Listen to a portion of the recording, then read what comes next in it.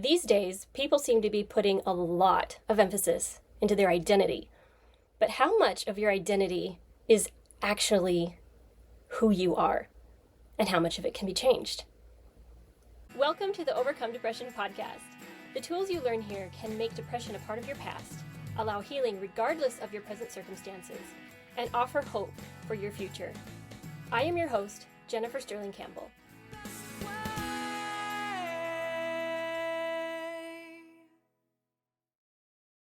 I've been a trumpet player for around 25 years now, and I've also taught trumpet students for many, many years. And believe it or not, some of my best students have been my older students, 60, 70 years old. They say you can't teach a dog new tricks, and yet some of these students of mine progress faster and enjoy musical talents at an old age because they didn't either have the opportunity as a child to do it and they decided, you know what, I'm going to do it now, or perhaps they did it as a child and they wanted to continue improving as an adult. Creative endeavors, by the way, bring the most joy of anything I know of. I'm reading The Artist's Way right now, and it's all about bringing out the creative in all of us. So highly recommend that book. But my point being that some of these older students, while they don't have the foundation possibly that a child, for example, might, if they were 4 years old, they picked up an instrument, or they probably didn't pick it up, their parents probably gave it to them or got them lessons after they saw an interest, hopefully. Parents often get their children started on an instrument very young because the theory is that if a child cannot remember a day without their instrument, for example, if you started violin at the age of 4, you wouldn't be able to remember a day without it. And it becomes essentially a part of your identity, where you could say, I am so-and-so and I play violin. That's just part of who you are. And because of that, it's almost like the instrument's an extension of you, and it's ingrained in who you are. And there's that pride and that desire to continue to play. Adults don't necessarily have that. And I think that's kind of can be actually a strength in some ways, because their worth isn't necessarily tied up into their instrument. Now, it might be tied up into other things, but I've noticed that because an adult doesn't necessarily put limits on their ability as an instrument, because maybe they've never played one before, it doesn't hinder their progress. For example, when I was around 27 maybe years old, I actually took a year off of playing the trumpet. I didn't really have any motivation to play. I was discouraged. Life was pretty hard. So I just didn't play for about a year. And then I found a group, Millennial Choirs and Orchestras, and I decided that I was going to start playing again. So I practiced. I remember picking up the horn for the first time and thinking, oh, this is going to be rough. And I was actually really surprised. My endurance was pretty poor, but my range was really good, like better than it had ever been. And I think having that expectation taken away, where I wasn't expecting myself to play well and just trying it actually solved some of the emotional blocks that I'd had as a trumpet player all through my teens and early 20s, when I had gone to college and really worked hard at it, and I didn't believe that I could go above a certain note. And then suddenly I took a year off, and then I was able to.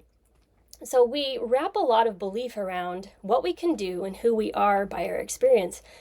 And let's just say that me, being a trumpet player, I still play to this day. I teach trumpet lessons as well still, and I love it. But let's pretend that I lose my hand or I damage my mouth in a way that I can no longer play the trumpet anymore. When someone asked me, who are you? What's your name? I would possibly say my name is Jennifer and I play the trumpet.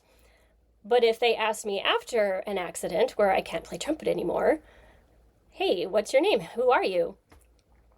All I would be able to say possibly is, oh, I'm Jennifer. I can no longer associate my identity with the trumpet. And is being just Jennifer enough? Is being just ourselves enough? Can that carry us through? Is that going to be enough for our sense of worth, our sense of value? Or do we grasp onto things, try to prove our worth through doing stuff or being stuff or having certificates? If all of that was taken away, who are you? And that's a question that I want you to ask is anything in my life making me feel better about myself in a way that I wouldn't say isn't healthy, but if you took it away, would you feel like you were less? And if the answer is yes, then there may be some type of unhealthy attachment to that part of your identity. And that can go in many different directions. It's definitely not a good foundation for your value.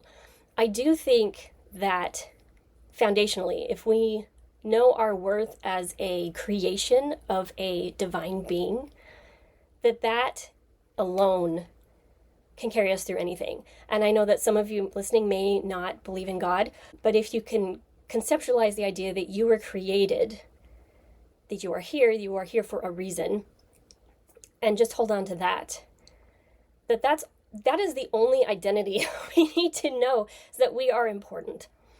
And I once saw Matthew Hussey did a diagram for he's actually a relationship dating coach, and I subscribed to him back when I was single, really like his stuff. But he drew a circle and he put a dot in the middle of the circle for the people in his class. And he started asking people, well, what do you think makes you special, or what do you do? And he just started writing things on the board that different people shouted out. I'm a consultant. I like cheese. I go to the park every Wednesday. And so he just started filling in the inside of this circle. And at the end, he crossed out everything in this circle, and then he circled the little dot in the middle, and he said, all of this stuff, like, it's nice and good. And it's great that we have the ability to choose these things. It says something about our motivation and intrinsically where we're headed, what our desires are. It says a lot about where we are at right now. But ultimately, this in the middle, he did a little arrow to it. He said, this is you. It's just you, without any of the descriptors that make us feel like we are somebody. Is it enough to just be you? Just Jennifer. And I actually have a friend, he's slightly on the spectrum. When this friend of mine looks at someone, he says, I can't even really conceptualize what they look like or descriptors of their hair color, their eye color. I just see this essence of them. I see this essence of you. And I think that's absolutely beautiful. It's not something I fully understand, but if we could all get closer to that as we see each other as children of God, children of a beautiful universe, we're all here in it together, we're all connected. But I have actually thought before that, well, if we're all connected and we're all just one, why does individuality even matter? Makes me feel kind of unspecial. But it's actually the opposite, because we are individually needed for a greater purpose. We all have this amazing capacity to do individual good for the collective good. And there are things literally that no one else can do better than us. And I truly believe that. Discovering that and building that and choosing that is the challenge of life. And I think a lot of people who may be listening to this podcast are struggling. If you're struggling with depression or mental disorder, you could be blocked from seeing that worth and that potential. When I look at people's charts, I am a Christian, but I'm also an astrologer, a God-centered astrologer. So when I look at people's charts, I look for God's guidance and individual purpose and value, and try to give people hope and connect them to God through looking at their charts. So you can actually make an appointment on imaquarius.com if you're interested in doing a session with me. But what's amazing is that I've never seen a chart that wasn't phenomenal. Some have a lot of challenge, but everything is good. And the potential for good is even greater when those challenges are in play. And when I look for those things, it makes me realize how individually phenomenal every spirit is. No one is born at the same time. No one has the same chart. It just doesn't happen. Even twins, they're born usually seconds of at least apart. And so it's very individual. The opportunities that are set before us, we may or may not fully achieve as a result of our choices. And that's a hard thing for some people to grasp, because I think a lot of people will blame their circumstances on their identity, blame their past on the struggles that they're having now, and blame their depression, and I just can't get over it, and it's so-and-so's fault, or this is fault, or my country's fault. And there's so many examples of people throughout history who have overcome despite excruciating circumstances. You have to look to those examples. There is hope for you. And anyone can heal. I believe that wholeheartedly. We have a savior. There is an ultimate good, something looking out for us that wants us to reach our highest potential. Now, what identity do you want to lean into? There's a dark side and there's a light side. And there's always several paths set before us. Which one will we choose? I think the goal for all of us is to choose the brightest one. The brightest one may not always be the easiest one. But I found that choosing the brightest one, even if it seems horrendously difficult, often results in an easier, big picture outcome. And keeping that perspective in mind is insanely important. Keeping our sights on God and his purposes for us, his will for us, even if it's not what we want right now, that he can see the bigger picture. And that as he's looking down and we're looking at this mess going, oh my, like, how am I going to get through this? This is just awful. Look at all the mistakes I've made. And he's looking down and saying, oh, no, this is turning out absolutely beautifully. You will see. You just wait. You'll see. Just hang on. Keep looking up. I'm sure some of you have heard this one before, but $100 bill. No matter what you do to it, you can step on it, crush it, put it in the mud, wrap it into a ball, throw it at somebody. It's still going to be worth $100. You wash it off, it's like, yep, it's $100. So our value is much like that $100 bill. And I know this is kind of a cliche argument, but so true. And I think it might be a good idea for you to put a dollar bill somewhere and maybe write a note on a sticky. It's against the law to write on a dollar bill, but you could put a sticky note and say, I hold my value. No matter what you do to that dollar, it will always be worth $1. No matter mistakes you have made, no matter how dirty you feel, you are still worth every bit as much as the day you were born. You will be worth every bit as much the day you die. And before and after that, it's innumerable. It can't even be measured. Much more worth than $1. Let me just tell you that. But as part of this program, the goal here is to create a new identity. The identity that you believe about yourself, but because beliefs are so powerful. And as you envision what you are going to be, your future self, what you are working towards, that will have more effect on your choices now than your views of the past. If you can reframe the past to eventually, I know this is hard for a lot of people, but eventually get to the point where you can say, I am so grateful for that horrendous experience because it has made me who I am. And you can look back on it and feel gratitude rather than pain, that the pain will be gone. And that you can then teach others to overcome the things that you have overcome. And if you can have that perspective, Benjamin Hardy talks about this a lot, being able to see that future you and conceptualize that future you and feel what that feels like and start living as if you are that person now, working towards that. As you work towards that, you're not going to be perfect, but you've got to believe that this is possible. That is what drives us, is the future, not the past. And you have to stop using your past as an excuse to stay where you are. Like, let's not keep reliving the past. In other words, let's create a different future. And to live a different future, you have to be someone different than you are right now. You can't, what has worked before will not work moving forward. So minuscule changes, little steps, just making steps at all. That is what this program is about.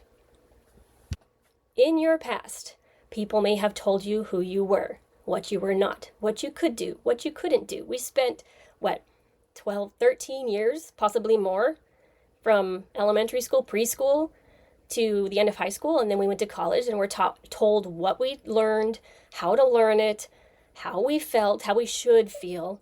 and what we should do, and not to mention our parents, who most of our parents had very good intentions. However, most of our parents are very flawed, including me. And I apologize to my kids regularly, or I have over the years, that I am imperfect. I will do damage as I parent you. And I hope one day you can forgive me. And I hope you know I did the best I could. And that is the truth. I really feel like most people are truly doing their best, but we hurt each other. It's just inevitable part of being alive. When you invest time in a human being of any kind, a friend, a lover, a spouse, a child, a parent, siblings, you do so knowing that this investment could cause some pain sometimes, but that these people that you choose are worth hurting for. And if there are any people in your life right now that you feel continue to damage you in ways that are not going to help your progress, are these people right now worth hurting for? Or can you let some of these relationships go, at least for now, until you're in a better place to be able to not get sucked back into those thought patterns? I would also like to challenge you to stop asking the question, who am I? It's a little bit unhelpful because it suggests that there's some finite, final version of you that you're going to arrive. And that now I know who I am. In fact, when I hear people say that, oh yeah, I know who I am now, it makes me scratch my head a little, because I really think if we're still on this planet, that we're still discovering, we're still learning, we're still growing. There's no arrival for who I am. It's always developing and expanding. And that's the beauty of life, of eternity. Wouldn't it be boring if we just stopped progressing, if we just arrived and it's all good? And I think that a lot of us have this mentality that we want that pension. We want that security. We want to know that once we get to the end of the line that we're going to be safe for the rest of our retirement. And I want to challenge you to stop playing it safe with your identity. Challenge yourself that you're never going to get there, and that's good. That it opens up the possibility of you becoming so much more than you can currently envision or conceptualize. I really truly believe that God wants us to be like Him in a very literal way, like perfect. And no, we're not going to do that right now, but working towards that divine perfection is the beautiful experience that we have the opportunity to pursue, not necessarily arrive in this life, but how much fun we can have in challenging ourselves and trying new things and working towards that progress. Now, I think that for some people that may be more exciting than others. I am an Aquarius sun. It just comes to me naturally. I love progression. I love challenging myself. I love moving forward. But if you don't have a lot of that motivation or energy right now, it doesn't mean that you can't develop it or that you can't still progress. There's another idea I want you to challenge, which is that you are not what you are thinking. You are not a sum total of the thoughts in your head. The thoughts in your head have probably come from many years of programming through school system, through church, through mom and dad, through friends, through well-meaning mediators, through friends, through the things we hear on television. I mean, think about it. I haven't heard this term in a while, but they used to call it television programming. And to me, that's very... it's almost like, duh, well, of course. The things we see on TV do program us to believe or feel certain things over time, especially for subscribing to certain shows that teach certain principles or the actors behave in a certain way. The media we consume is extremely important to our identity. So we will talk more about that later, but just how important it is to censor what we choose to watch or censor what we choose to let go through our heads, because I don't think it's possible to watch things, especially regularly, and not have it affect us. I just don't. So if you're watching The Simpsons all the time, it's going to slowly possibly alter the way you feel about what's appropriate in a family and how kids should treat their parents and how fathers preside in the home and so forth. Maybe not the best influences, but I will say I understand why people like The Simpsons. It's very funny. I don't personally watch it, however, for that reason. So if the question isn't, who am I, what question is more appropriate? And I want to say it's not a question at all. It's simply a statement. I am. Those two words. I am. And when I say that, I feel like my whole body lights up. It makes me almost want to cry. That's interesting. The words I am appear in the scriptures quite a bit when they're talking about God himself. He refers to himself as I am. And I believe they are very sacred words. One of the 10 Commandments, which one is it? You can put it in the comments if you remember. The commandment not to take the Lord's name in vain. A lot of people have made a big deal out of, you don't say, oh my God. That's bad, bad, bad. And while I would agree it's probably not the most sacred way to use God's name, I think it goes much deeper than that. And when we say the words I am, and then it's followed by something very negative, we are literally desecrating on his creation. We are spitting on his gift because we are his offspring. We're important to him. Why do we do this? I mean, I know why. There's forces of darkness that try to get us to question our worth. But that is the epitome, that is the apex of taking the Lord's name in vain. We are commanded not to do this. And if you don't believe in the 10 Commandments, it is still a true principle. When we shut ourselves down through the words I am followed by something that is not true, and it may feel true in the moment, you may think that, well, I've done all these horrible things. It's true. I'm a criminal. I'm this or that or the other. Okay, but if you're choosing moving forward to create a new identity, you've got to leave that behind. That is no longer who you are. That is who you were. And it is very important to understand that the things we do and the things we say and the thoughts in our head do not define who we are, our potential. That we are given this beautiful gift that we can change. And I know a lot of people out there have struggled for a long time with depression and think maybe I can't. I don't know. I'm not sure. I'm here to tell you it is entirely 100% possible. I've done it. I've seen other people do it. And I didn't used to think it was possible either. But I need you moving forward, when you say the words I am, or even, and they are, because we can label people as well. Labels can be so damaging, even good ones sometimes, because it can put us in these boxes. We want to, and that's another discussion entirely. That might be kind of confusing. I don't want to confuse anyone, but when we say the words I am, it must be followed by something uplifting. It's like singing praises to God. I am so grateful that you made me. I have these qualities, or these potential qualities that I'm choosing today to build upon and make and create. We are creators. We have the power to create in us whoever we want to be. Now, it's a lot easier when we align with God's will for us.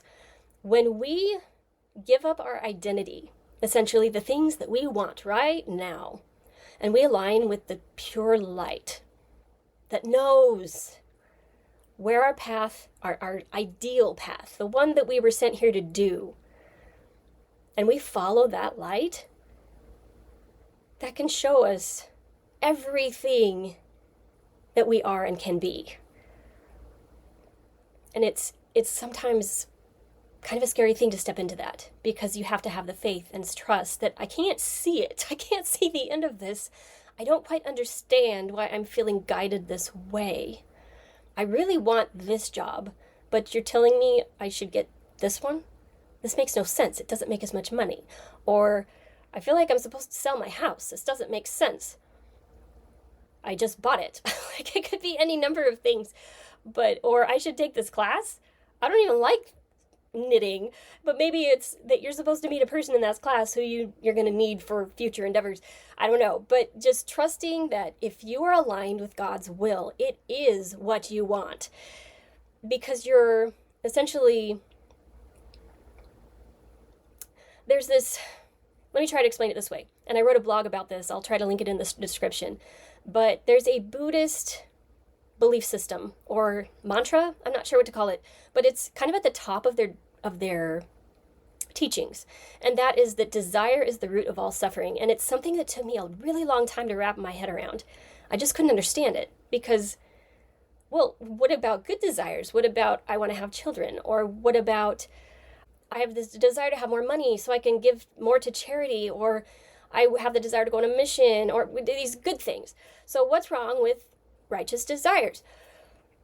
Nothing inherently. However, if that righteous desire isn't in alignment with what our path really is supposed to be, what if we just go on a mission because everybody else is telling us we're supposed to? And what if we're not supposed to go? What if we're supposed to do this thing over here? And that might sound preposterous to people who are members of the church, like, oh, you're saying not to go on a mission? No, I'm not saying that. I'm saying you need to be going on a mission because God's telling you to, not because it's what you do next.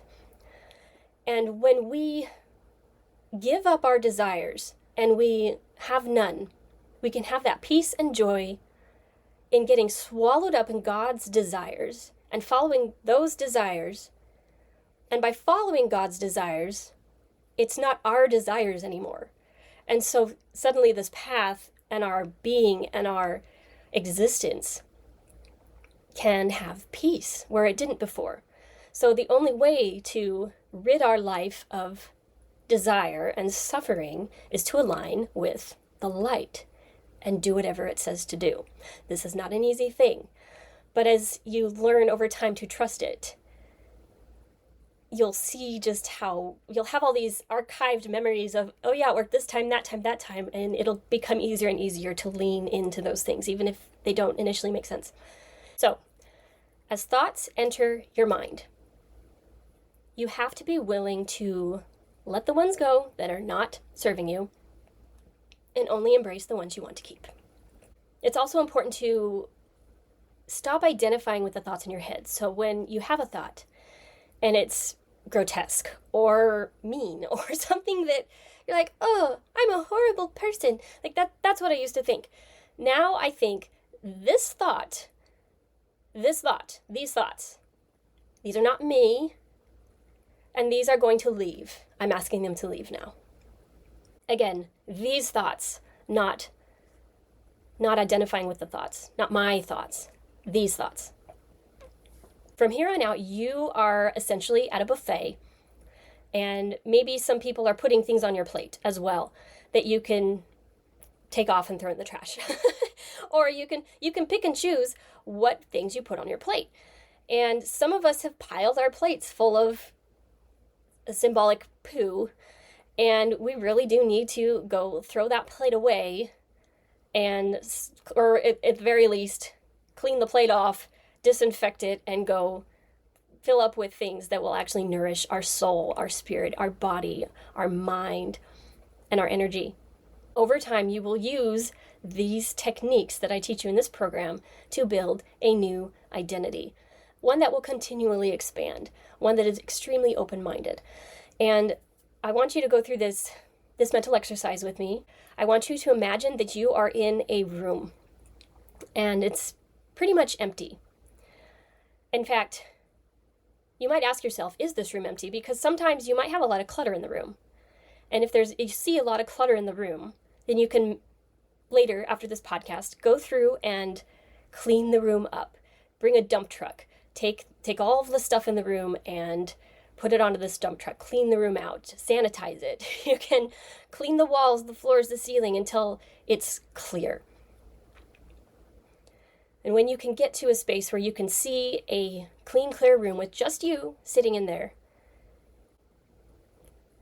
I want you to imagine one door that leads out of this room, and it's cracked open just a little bit, and you can see some of the light coming through. You feel comfortable in this room. It feels safe. It feels recognizable. You feel like nothing could really hurt you in this room. And yet something is beckoning you to go out that door. And when you're ready, I want you to walk to the door and open it as much as you can. It might just be a few inches. You might feel brave enough to swing it open. But whatever you're able to do, and you might want to go through this exercise repeatedly until you can open the door fully and step out into the unknown. That you're walking out of this identity of yours, this comfortable space, where you're saying, well, I'm not comfortable. Well, most of us, when we are not changing, it's because we're used to what we have, and we're symbolically, physically, emotionally, mentally, and spiritually staying put, because change scares us to some extent. I want you to open that door and walk out of the room and meet the light there. Whether it's Jesus Christ or a light of some sort that you can follow. And follow it out of that room and see where it leads you. And I want you to exit that space, look behind you and say, I'm really grateful for you. I'm really grateful that I was able to feel safe there. It's time for me to move on now. New home, new space, decorate differently. So that is my recommendation for you this week, as well as this is another important thing that you're going to do. Whenever you look at yourself in the mirror in the morning, a lot of us will look at ourselves right there in the eye and then look down. From an energetic standpoint, you're literally unzipping yourself and making yourself vulnerable energetically. And what we want to do is zip up. So from now on, when you go into the bathroom or you see a mirror, you are going to look down, start at the bottom of the mirror, and then let your eyes follow your body up until you meet your eyes. And then you tell yourself, hi, I'm Jennifer. Nice to meet you. Because this might sound silly, but you are going to be reintroducing yourself to yourself every day, because you're going to be a new person every single day. You're growing into a new person. You're going to reintroduce yourself to this new version of you. You might also add something like, I love you, or that's a good face, good morning. Anything that makes you feel like, welcome day, welcome this new me.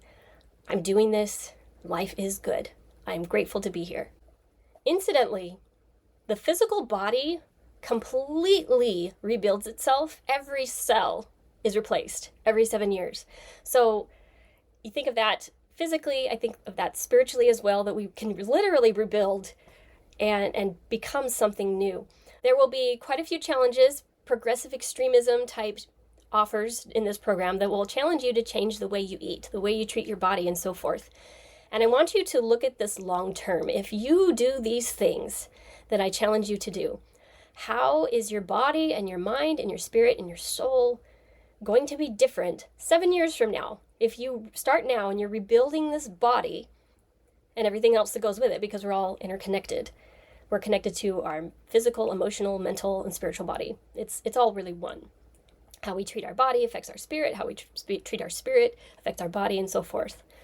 So you've got to think of this in terms of, I'm working towards a 1 month, a 3 month, a year, and a 7 to 10 year progress goal. You have to see that far in advance and keep going, because the you that you're going to create 7 to 10 years from now is going to be wildly different from the version you are now, believe it or not. I do want to end with a quote by C.S. Lewis, one of my favorite authors and persons in the entire planet, ever. He says, you can't go back and change the beginning, but you can start where you are and change the ending. By the way, C.S. Lewis was atheist. He was a very different person than he became when he started writing his books. It's a really good biography to read, and there's actually a movie about him as well. So, highly recommend that. Thank you again for joining me here today. I'm your host, Jennifer Stirling-Campbell, and you're listening to the Overcome Depression podcast.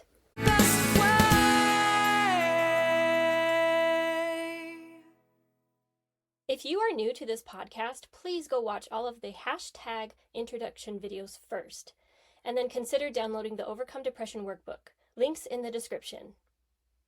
The content in this podcast is based on my own personal beliefs, is for informational purposes only, and is not intended to substitute for medical advice, diagnoses, or treatment.